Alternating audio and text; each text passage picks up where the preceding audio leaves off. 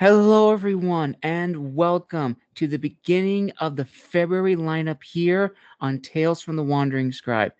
I am your host, Gabriel Garcia, otherwise known as the Wandering Quill and the Wandering Scribe.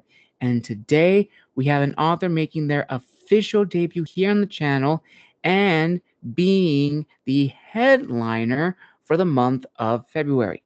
Now, my guest today is a Pakistani American author of the new novel Days of Revenge. She's a self taught artist and claims writing to be a work of art. I agree. She dabbles in contemporary, dark, and fantasy romance with characters who are alpha heroes and classy heroines. Her stories are filled with steam and heart wrenching angst with a dash of childhood trauma to make the novel more enticing.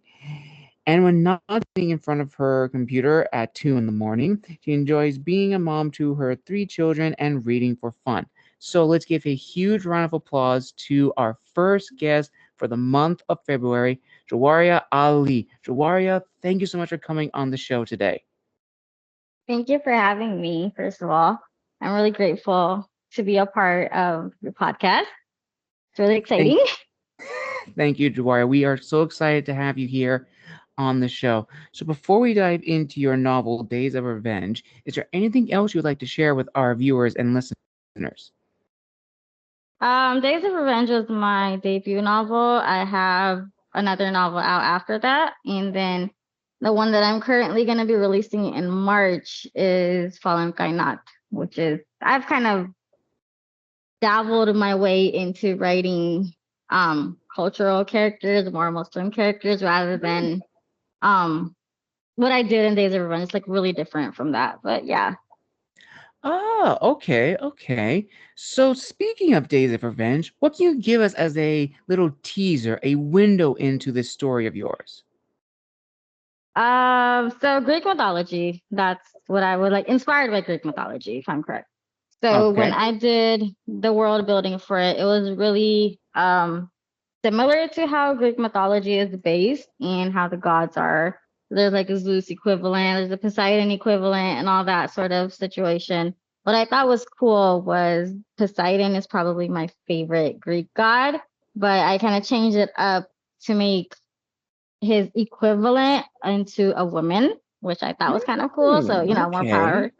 Yeah. And it goes into a romance story between an immortal, which that a female main character, she's an air goddess and a mortal. And yeah, she's running away from her past and she ends up, falling in love with this mortal. Nice. I actually love when there's a lot of, mythology based stories in the works. I definitely feel, nothing there's anything wrong with like new mythologies being brought up, but I Mhm. always like it when, we're able to go back to the first mythologies that existed, the Greeks, the Romans, Mhm. and other cultures as well, and provide our own unique spin to it. Yeah. And from what you've told me, Jawaria, I mean, you really expanded on this lore that you're making for this story, which begs the question, were you always a creative person growing up, or did that creativity, that spark, come about later in life? So you know how everybody has that one story where they wrote a book or a novel when they were like 12? I don't have that. It's funny. Like I always liked writing. I remember we had a career day at in like elementary school, and I remember saying that I wanted to be an author. And from the culture background that I come with, that's not considered a career. It's a creative Mm, aspect, and that's not really valued from where I come from. So I never really pursued that. And I don't know what got me into writing because this was not, planned. And one day, I met one of my best author friends. She kind of encouraged me into writing a book. And yeah, that was Days of Revenge. Somehow that just happened. awesome. So, would you consider that to be one of your many aha moments to bring this book to life? Or is there a specific aha moment that truly jump started this passion of yours to take this story that you've had and actually put it to paper? I really don't have an aha moment. It was just some kind of like spur of the moment situation. And it like when I'm a pretty big outliner. I like to outline my book. So when I outlined it, it was really different. It was based Yes, off one of my outliners favorite. unite. It was one of my favorite, like based off one of my favorite Bollywood movies.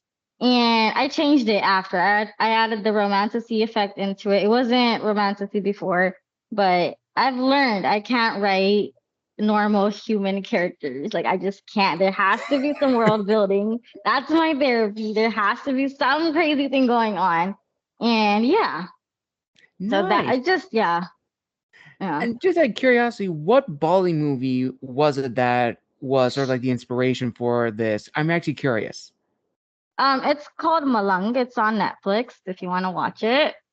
Yeah, but I it's think I know. completely changed that. It's changed, but like the main aspect of the movie, it's kind of still embedded in there. But yeah, that was like um what I wanted my book to kind of resemble, but it turned into completely something different.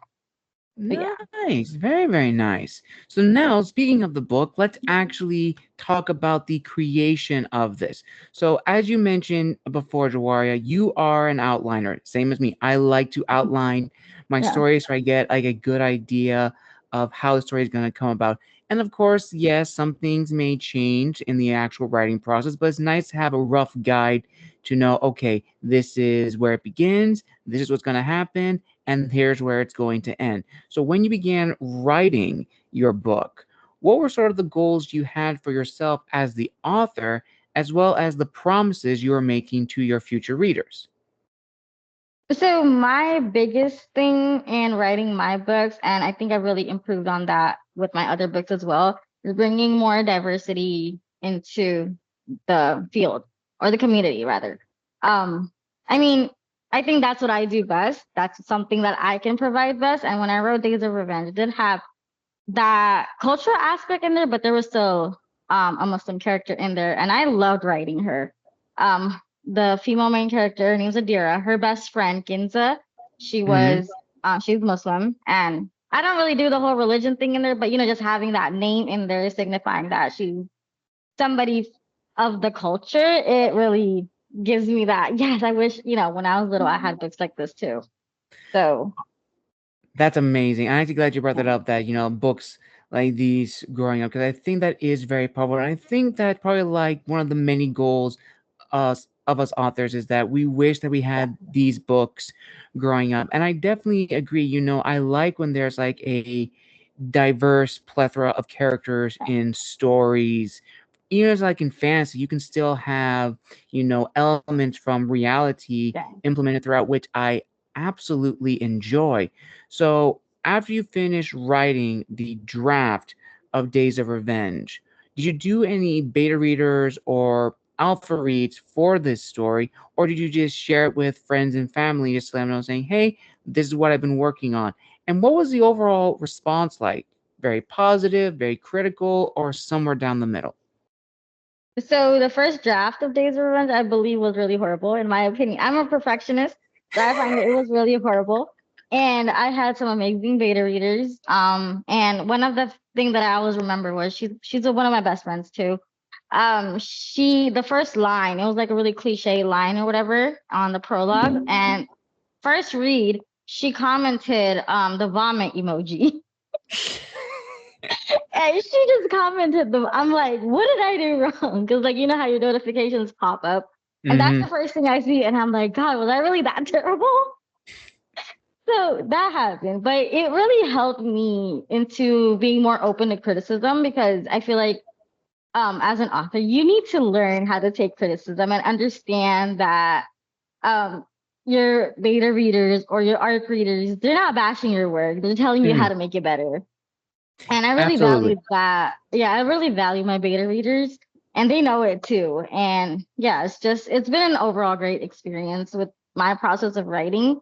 And I've been continuing doing that for all my books. And yeah, That's actually really cool. I'm actually glad you brought up the fact that your yeah, friend sent you a yeah, vomit emoji, because that yeah. actually reminded me of a guest I actually had not too long ago. I want to say the last episode in January, and she was telling me how in her book there's a moment in her story where the characters, their car's breaking down and they want to stop the car. She wrote this scene of how they would stop the car. Her dad read it, it's like, you realize that's not actually going to stop the car, right? The car can still keep going. It's like, okay, well, how exactly would a car stop in the, I think it's like in the frozen winter. And it's like, well, you would do this, this, this. And I was like, I absolutely love that. I love when someone actually brings like, yeah, that's not gonna work realistically. So Yes. that I absolutely enjoy. So from those interactions and the reviews from, your beta readers, did it in a way validate your goals that you set out with this book? Yeah, I was able to make after like receiving all their comments and everything, I was really able to refine the book and change a few things that I really thought could be changed and bring the book to its full potential, I guess. That's what I would call it. I mean, obviously you can keep editing a book and making it better, but when is it ever gonna stop, right? So I'm gonna call that the full potential that it got. That But is yeah, very true. it was really helpful. It was really helpful. Like beta reading, I think is essential to a writing process. Absolutely. I 100% agree. And I actually started doing beta reading for my third book. Actually, no, arc reading for my third book, but now on my fourth book, I'm now doing beta reading to get reviews ready, or rather not reviews, but feedback generated so I can get the book ready for my editor, in which something we'll touch on, very later we get to the business side. So before we get to, the business side and rather the first reflective question, I am curious, did you tell friends and family about this, or was this kind of like sort of like secretive until you were ready to share it in the sense that, it's completed, it's finalized, it's actually going to be a reality? I know I told a few friends during the writing process, and back when I wrote Days of Revenge, this is probably my biggest flex. I wrote that book in 3 weeks because I was doing nothing. Wh- I was, 3 weeks? yeah, Are you serious? yes, yes. I wrote the whole book in 3 weeks. I was doing nothing, and that was like my escape to be doing something, I guess.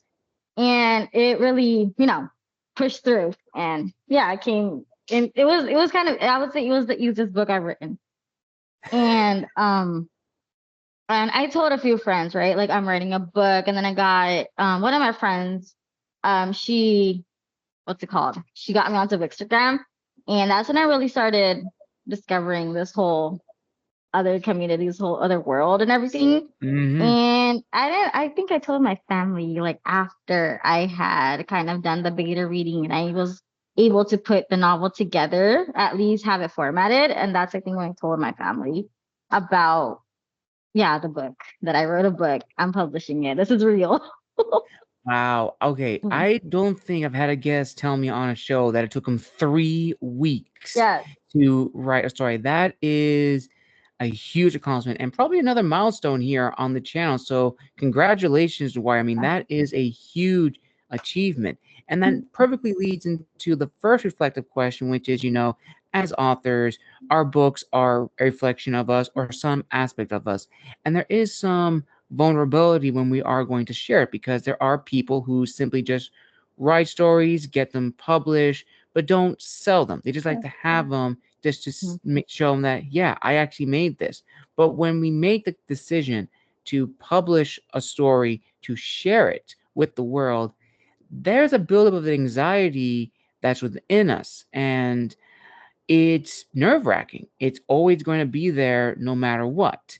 Because, yes, on one side of the coin, social media is a huge help for us indie authors because it allows us to meet new people. And as you just mentioned, Bookstagram, which is a huge community of authors, book reviewers, arc readers, beta readers, etc. That is amazing. On the other side of the coin, and this is the other side of social media, we expose ourselves to, trolls, spam, hate speech, and stuff like that. And it can make us really, uh, it irks us because, we spend all this time trying not to get involved in these reviews or these kind of comments, but they're always going to be there. And then, of course, imposter syndrome is in the back of all of our minds telling us, you're not going to be able to do this. You can't live off of this. You've wasted too much time. So I'm curious, Waria. Have you ever had those moments of, anxiety, self-doubt, and imposter syndrome? And if so, what has disciplined you to continue forward, to push yourself, to hone your craft as an author and show the world this is who I am? I'm not backing down. Oh, yeah, that's really huge, the imposter syndrome. And I feel like, it's something that readers don't see. They're like, oh, authors are this perfect being. Why would they be suffering or having doubts? They write amazing books. I could never.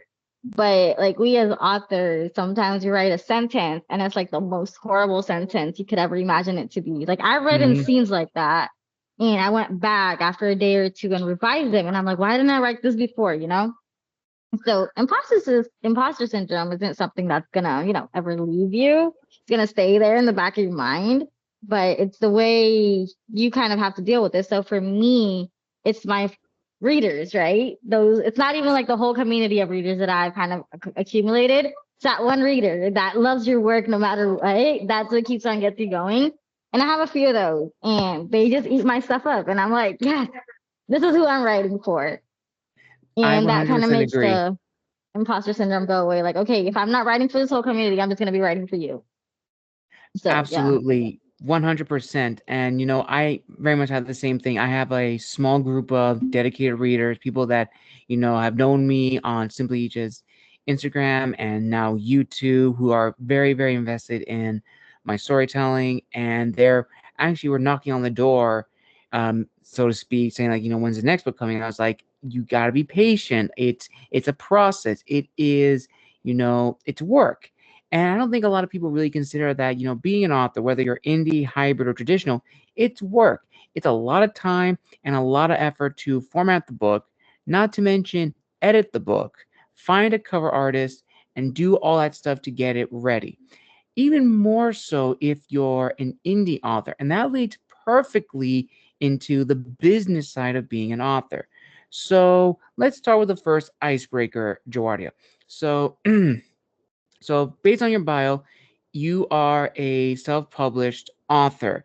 And ultimately, self publishing has its benefits as well as its obstacles in the sense that, yes, you own all the work, you are in creative control of your story, you can publish wherever and whenever. On the one side, you have to manage your finances, you have to market like there's no tomorrow, and building a network and building your brand is not it's not easy. It's very, very nerve-wracking as well as intimidating. So I'm curious, did you initially want to publish Days of Revenge for the self-published community, or in the process of publishing it, did you want to try indie traditional or hybrid? So Days of Revenge, I think it's like something that's really close to my heart. I don't think I would ever give up the rights to it. And I've said this to my friends a couple of times before. It was always supposed to be indie published. Like I'm really proud of that book. That's my first book. I think I did a really good job for indie book. I think as the Mm-hmm. first debut book too. I haven't marketed it enough. So I think that's the issue with that. But it was always a plan to be an indie author. I think I just like having the control of being able to design my cover, being able to design the inside of the book and everything and how it's, formatted. And yeah, it was always the plan. Absolutely. And I definitely think, as authors, we all want to go into the traditional route. That was always like the original goal. I mean, self publishing before it is now was seen as sort of like lesser publishing because it wasn't very, professional, very, you know, structured and stuff like that. But now more than ever, there is this gatekeeper mentality of these big publishing houses like, Macmillan, Penguin Random House, Tor, Forge, and all these other ones, which I can understand from business side because they have to see if these books are going to generate money or capital, and if it doesn't, then they've wasted all this time that they probably are never going to recover. So I completely understand. But for us authors, it's kind of deflating when it's like we're not really given like a chance. But the most beautiful thing about the publishing world is that there are very many options.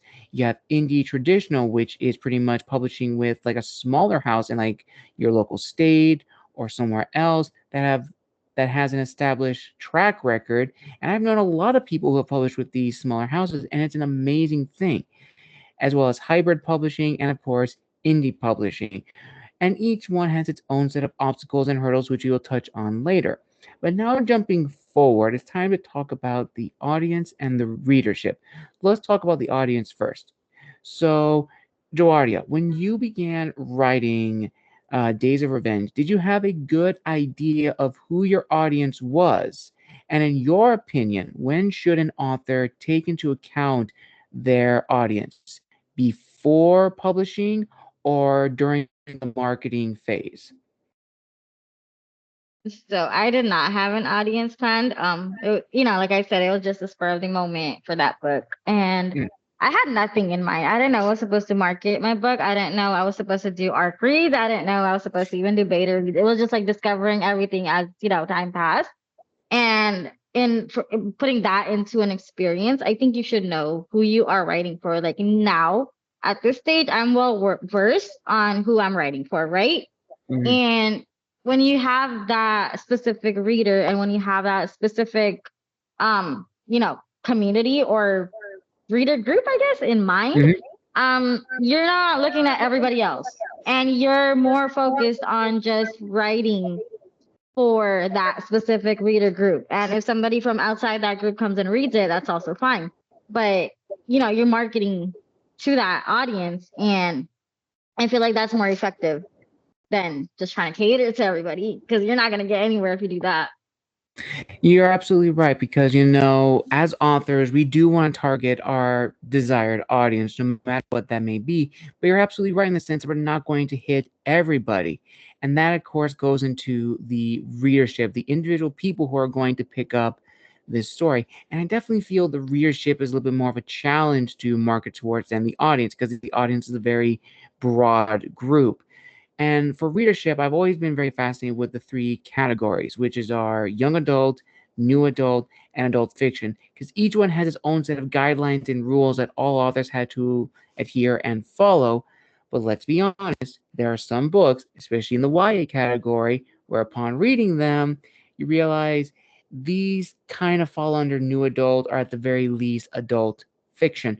So for you, Jawaria, did you have an idea of where your book fell under in these categories, or as you mentioned before, you didn't really consider that at the time and was simply just writing it down?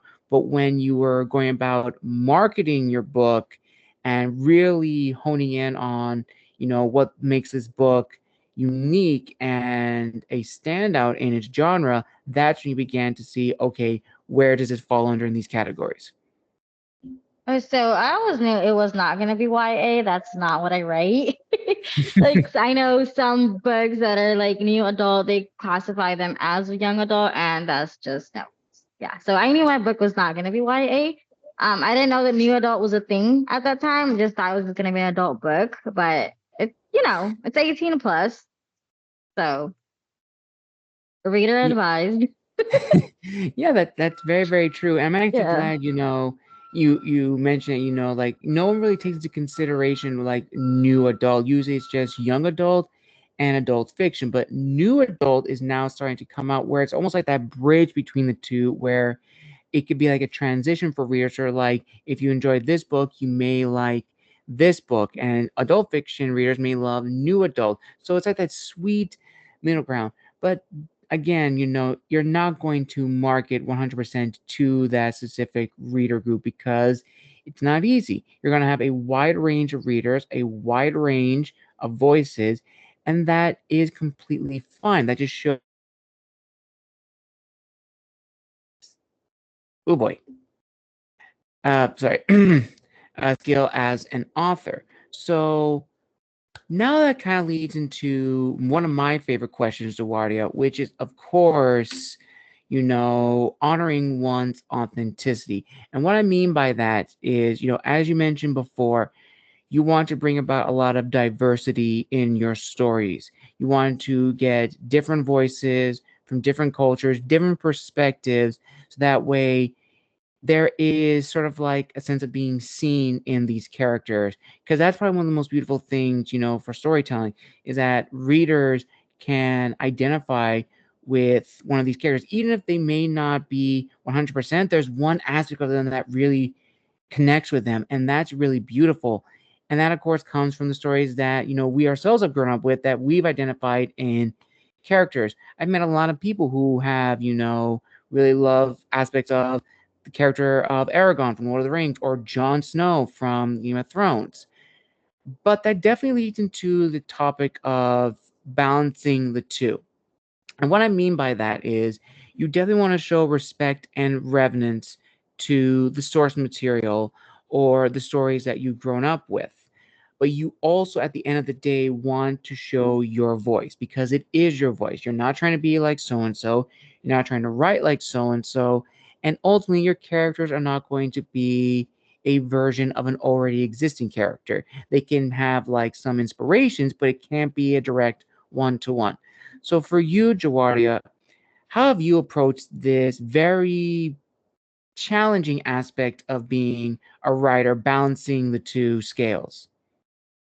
So I didn't really do that in Days of Revenge, but my current book, Fallen Kainat, I tried doing that. I'm a really huge Disney person. Like I love Okay. Disney movies. I love Disney movies. So Fallen Kainat was really inspired. I'm not gonna say it's a retelling, but it's really inspired by Snow White and the Huntsman. Oh, okay. So the huntsman character, I really transformed him into somebody of my culture with an axe and all that, just doing that. And then Snow White, I transformed her into somebody that's powerful but doesn't have a voice yet. Like she's still trying to find her Mm, voice, like, kind of meddling her way through life until she meets the huntsman. And she's like, oh, okay, so I can be this person. I can be strong, even though I'm a woman, even though I'm, in this minority group. mm. And that's when I guess she finds her voice per se. But yeah, That's actually really beautiful. And I actually like you yeah, brought up Snow White and the Huntsman, because I love that movie. I yes, thought it was a very original retelling of the Snow White lore. yeah. And ultimately, I am curious to hear your thoughts on this aspect, Jawaria, which is, books that have had the tagline, so and so meets so and so. Because there are a lot of books that have that tagline. And from a reader's perspective, that's interesting, that's engaging. From an author's perspective, I've had a lot of conflicting answers on this, where it's nice, but it's also very harmful, in the sense that it pigeonholes authors into either one style of writing, one style of prose, how they approach characters, and so forth. So, what is your thoughts on, authors whose books have sort of like this tagline? Again, example, Game of Thrones meets Jurassic Park. What are your thoughts on that, and how it may or may not help the author in the long run? I think the wording should be changed. It should really say inspired by this and this and this and this, because you're not, because if it's a book, and this is obviously going off of what you said, but if it's a book that's Game of Thrones meets Jurassic Park, it's not going to be the same. You can't make it the same, right? You can't Right. base your world exactly off of the way they built Game of Thrones. That would be plagiarizing. So, in my perspective, I would be more like, if you liked Game of Thrones, this is something inspired by it, something similar to it, rather than this meets this, and I mashed it together in a book. Absolutely. And that leads into the next discussion, which talks about, like writing for tropes, writing for trends, especially, I'm sure you've seen on social media, Jawaria, where people have had like, this tagline, it's like, if you've enjoyed this book, you'll like this book, or other taglines where it will be the book in the center, and all these different tropes like rivals to lovers, found family, um, trauma of some kind, and so forth. Like there's like so many trends that this book has, and a lot of authors that I've had on the show have said writing for trends is very, very harmful and detrimental to the process. Your story can have these trends, but that shouldn't be the selling point of the story. I'll give an example. I had a guest on the show who pretty much said that this person, a friend of hers, was saying, "Oh, you should read this book. It has this, this, this, and this." And she asked, "Okay, well, what's the plot? You've told me all the Yeah. things about it, but what actually is the story?" And they couldn't really say what the story was. It was just the tagline of the book. And again, as I said, writing for trends is not really good, but it's okay to have it. So, what are your thoughts on this, Jawaria? And has anyone ever noticed any trends in your stories? So for Days of Revenge, it was really interesting. I did not plan this whatsoever, even though I was a One Directioner back, in my middle school era. And somebody pointed out like these, I guess, things or what, I don't know what to call them. But they're like, oh, this could mean this could mean so and so. And I'm like, no, that's not what it is at all. And yeah, so tropes, I feel like they are more better after you've written the book. So you're not, like say you, and this is like a really broad one. Say you have enemies to lovers, right? You're focusing on that. You're gonna force your characters to be enemies and then turn into lovers when sometimes things happen and that just doesn't go that way. And you're marketing this book to saying that they're enemies and lovers, but they're not enemies and lovers. They're maybe just friends to lovers or something like that. And I think tropes come after you've written the book. But how I write my books is I do try to take one center point because I've kind of learned how to make my characters go in that direction. So I would take like, friends to lovers, enemies to lovers, and kind of go off of it. But if that happens to change, then that happens to change. I'm not gonna stick to it. So yeah, but I think knowing the plot of your book is way more important than focusing on trends and tropes and taking your Definitely. book along that road. Yeah. Absolutely. And, I 100% agree. Like, I like to, like saying before, like, we like to plan our stories. We are both outliners. We like to have a good, rough idea.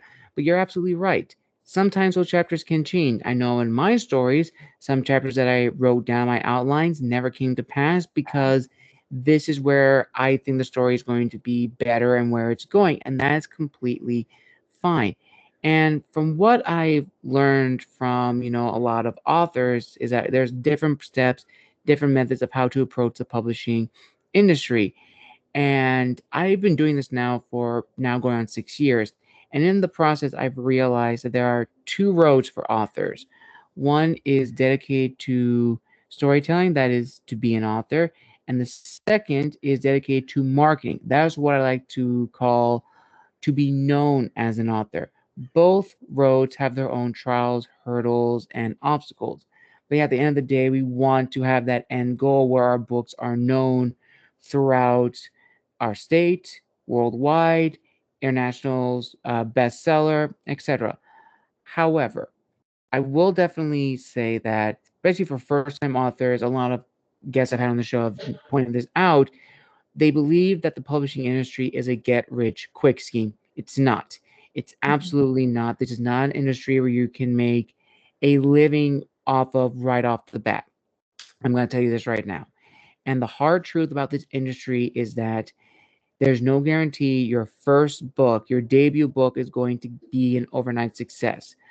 There are exceptions to the rule, of course, in any industry. Some books were international success for their respective authors, and that allowed them to live off those royalties to become award winning authors. All the power to them. That is not an easy thing to do.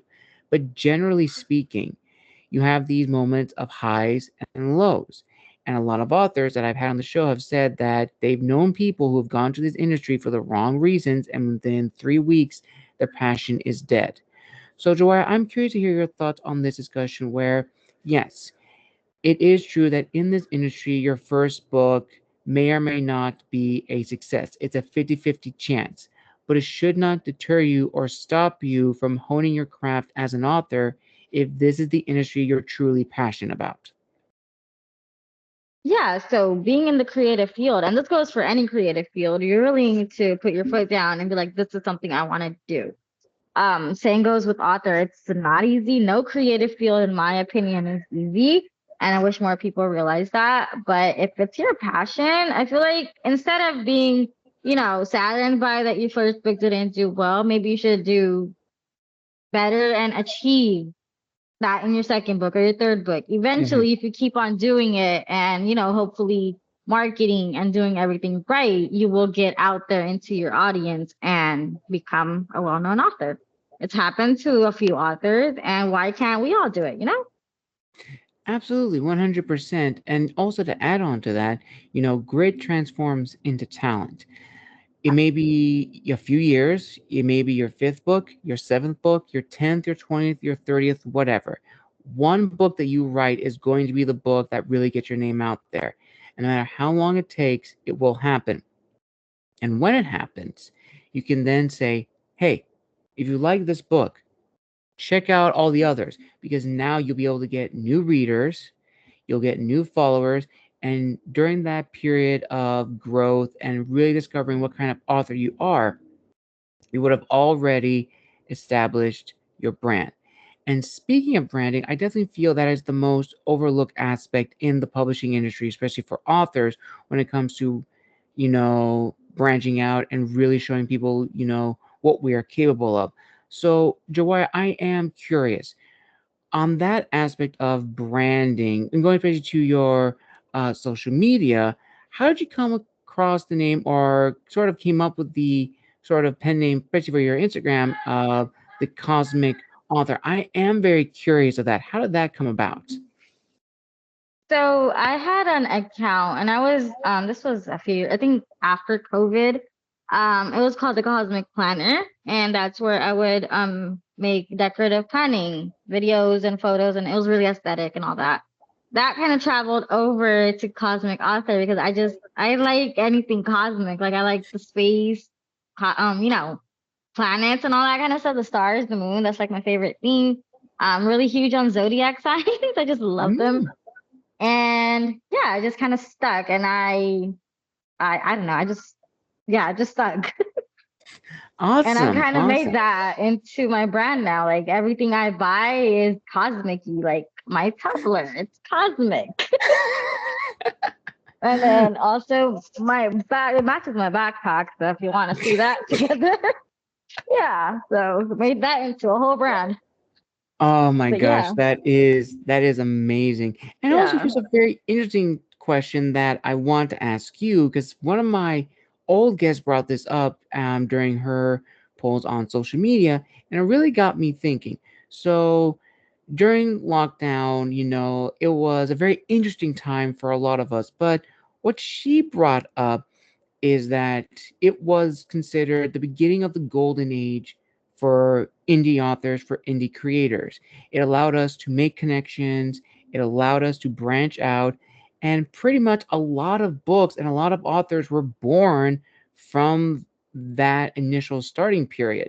For all the trauma that happened during the lockdown, a golden age of indie authors sort of emerged, awakened during this period. So I'm curious to hear your thoughts on, like, is there a golden age of indie authors now coming about, and also are there any people you would like to give a personal shout out to who have helped you along the way, who have helped you understand the industry a little bit better, who have connected you with great editors, some great readers, artists, and all around have helped mold you into the author you are now? So, author Kate Kimbrell, she's not on Instagram anymore, but she's on TikTok. I'm not sure where her handle is now, but she's the author of the Vampire trilogy, The Mm. Vampire Secret, and also Ambrose. Not a happy ending. Let me just put that out there, but great, great book. Really amazing book. Yeah. So she was the one who really helped me find, the whole publishing industry, kind of helped me through it. And then I've made friends along the way. So one would be Emma's book page on Instagram. She's an editor. She's the one that beta reads my books. If you guys need beta, if anybody needs beta reading or editing services, I would really recommend her. She's really great at it. And then my friends for book reviews would be Starfire Books. She's amazing. I love her posts. Like she has this really unique way of making her posts, and I would never be able to make them like that. But she does them, and it's so perfect. and it's really catered to her personality. And then my friend Kennedy, um, yeah, she's also amazing in every sort of way, and I love the fact that they're here supporting me and yeah, making me a better author. Awesome. That's really great. I'm glad that you shared those, and I may have to check them out afterwards there today. Now, about the second part of that question, do you feel there is a golden age up in the authors that emerged from the lockdown? And what are your thoughts on sort of this topic? I think for the like creative in general, there was like a golden age after COVID because everybody was stuck in their home. They were doing one something or another, and Hmm. just so many small businesses came out of that, and I'm so grateful for that. Like we have so much talent that's being put into good use. I want to say. I don't really know when Bookstagram or like the indie author community came about because I stopped reading for like the longest time ever. Before COVID, I hadn't read, I hadn't picked up a book until like, I don't know, maybe 2022, 23, maybe ish. Um, but yeah, and I was like bombarded by this whole authoring community. Like, oh, this is the book industry now. As somebody who used to read traditionally published books and was a big reader, it was really interesting to see how this community grew. And we have people of all sorts of age, color, aspects, culture, and everything just writing books, and it's amazing. Absolutely, 100%. And as we near the end of this amazing author interview, I just want to say that, whatever, happened during the lockdown, just as, Jawairia said, it was a golden age for the creative side to really come about and really find its second coming, so to speak. A lot of small businesses were brought about. I know Bookstagram and Book Talk definitely got their stride from the lockdown because it allowed people to connect, and also stories were shared during the lockdown because we couldn't go outside. So everyone kept sharing, their favorite books, audiobooks, ebooks, promoting. And that is what generated sort of like this rebirth, this second coming in the publishing community, which I absolutely love. And of course, as I said, networking and connecting with so many amazing, wonderful people who have helped all of us in our own journeys as authors. And I know a lot of people, sorry, believe that in this industry, it's a very cutthroat industry that we're all trying to one up one another. There may be some truths to that in some regard, but at the end of the day, regardless if you're hybrid, indie, or traditional, we're all in the same boat. We're all trying to get our stories out there. We're all trying to make a name for ourselves, whether if you are writing as a hobby or writing with a commercial mind. At the end of the day, we're all in the same boat. So, with that said, here's the final question, Jawaria. With everything you've learned thus far from the people you've met who have helped you along the way, with the news stories coming out after a Days of Revenge, what is your word of wisdom to fellow authors and creators watching and or listening to this interview right now? Oh, that's my favorite question. Mine, it's always been just right. Like whatever's working for you, stick to it. Just write it. If it's an outline, go for that outline. Like me, my writing process is crazy. I don't recommend it, but it works for me. And whatever that looks like for you, right? If it's writing the first chapter, if it's writing a character profile, whatever that is, just write it. Like if you have something down, that's the beginning, right? And then Mm-hmm. from there you can branch out and eventually you'll have your own book. And I think another thing that, you know, I think is really important to understand because I've been there, I've been stuck in that hole. You have to understand what kind of books you write. So me speaking personally, I write like 400, 500 page books, right? We can't make those books come alive in like, every 6 months, every few months, like other authors are able to because their books are smaller, and that's totally fine. So seeing one author release 3 or 4 books in a year, that does, and while you're releasing one or two, that doesn't mean you're not important. And I think that's Mm-hmm. something really important to understand as an author and not to let that aspect get you down because it brought me down. Like, why am I not cranking out more books?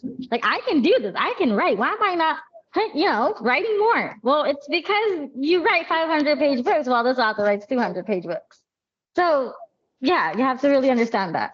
But in all, just write. Just put, if it's pen to paper, if it's typing, just put that first word down. Absolutely, 100%. And also to add to that, before we end this amazing interview, viewers and listeners, write what you're afraid of. And what I mean by that is write something that's out of your comfort zone because you never know. A lot of authors are cross genre. Some people have their preferred categories, either a thriller, fantasy, high fantasy, romance, fantasy, fiction, mystery, whatever. Never be afraid to explore outside and see what you're capable of. Because who knows? You may be a talented poet, you may be an amazing noir writer. You never know. You can always find new things about oneself when you really just take the time to really understand that there is more to you than meets the eye. Little Transformers reference at the very end. And with that, viewers and listeners, we conclude this amazing interview for the start of the February lineup. I want to give a huge thank you to Ali, sorry, for making her official debut here on the channel. And Jawairia, where can people find you on social media to reach out, to connect, as well as purchase a copy of your book, Days of Revenge? And when can people expect your upcoming books later this year? So I'm mostly active on Instagram. That's where you'll find me at the Cosmic Author. And then between each word, there's a dot, there's a period. Um, yeah, so Days of Revenge is available on Amazon and Barnes and Nobles, different covers. So go for whatever preferred cover you like. And there's my second book is called The Royal Beast. That one is gonna be getting a kind of a vamp up and be re-released in I believe June-ish. I haven't really set the date, but since it was released in June last year, I'm kind of aiming for that same date. But my upcoming novel, which is Falling Kainat, is coming out on March 14th, and we have art signups happening on February 6th. So yeah, check that out as well if anybody's into dark romantasy inspired by Snow White and the Huntsman. Awesome. I will link all that down below in the description of this video. Thank you, everyone, for joining us for the first episode of the February lineup. Again, a huge thank you to Jawairia for making her official debut here on the channel. And hopefully, this will not be the last time we see her. We will call her back for a follow-up interview regarding her other books that she just mentioned, or maybe another book that she hasn't yet told us. Maybe it's a work in progress. Never know. Make sure to follow her on her social media and stay up to date with my newsletter, The Wandering Scribe, as well as my posts on social media. And with that, viewers and listeners, this is The Wandering Scribe and The Wandering Quill signing out. Wishing you all a wonderful rest of the day, wherever you are in the world. And until next time.